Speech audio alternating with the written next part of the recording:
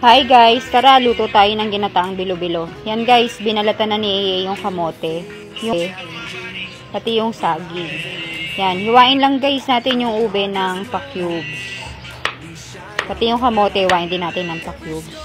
Bali guys, gawa tayo ng bilo-bilo. Meron lang tayong malagkit na bigas guys, yung powder. Tapos lagyan lang natin ng tubig. Yan, magiging ganyan guys yung itsura niya. Dapat hindi siya basa para mabilis siyang bilugin. Yan guys, binilog-bilog na ni yung malagkit. Nagpakulo na rin guys ako ng gata na may asukal. Yan, kulo na. Lagay na natin guys yung ube. Lagay na rin natin guys yung kamote. Yan. Palambutin lang natin yan guys.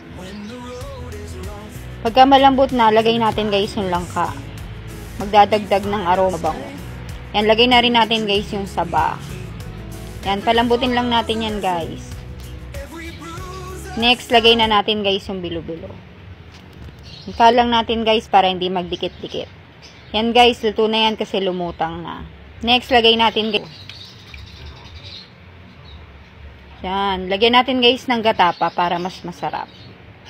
Yan guys, luto na yan. Tamang lapot lang yan guys. Masarap. Try nyo to guys.